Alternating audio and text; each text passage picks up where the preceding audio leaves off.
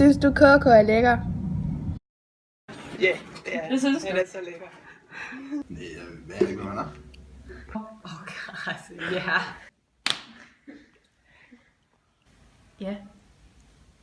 Han er dejlig. Ja. Ja. Ja. Hvad synes du om 9. F? De er søde, kloge, gode, dygtige, flinke, pligtopfyldende. Laver altid deres lektier. Så er de jo helt fantastiske. De er simpelthen verdens bedste børn. De er fantastiske. Dem har jeg det da fint med. What a strange question.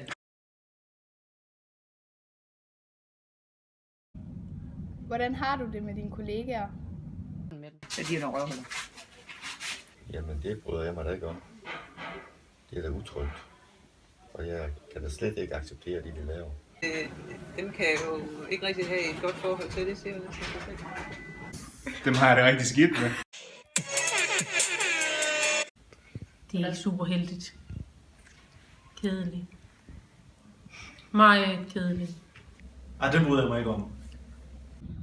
Hvad synes du om tysk? Det bryder jeg mig ikke om. Og det synes jeg skulle stoppes.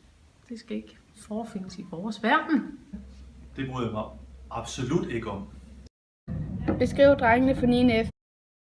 Sarcastic, funny, hilarious, super generous. De er fantastiske. Beskriv dig selv med 3 ord. Lidt krukket. Lidt affekteret. For meget. Og femset. Mega overfladisk. En umanerlig feminin bøsse. Er lidt anderledes. Klam. Ulækker. Pisse irriterende. Hvad var dit gennemsnit, da du gik ud af folkeskolen? Det er 0-0. 0-0.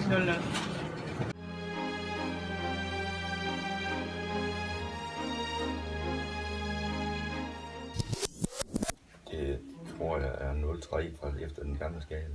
0-2. 0-0. Hvad er dit forhold til Jesus? We get along great. We have a great working relationship. Really nice guy. Fint nok.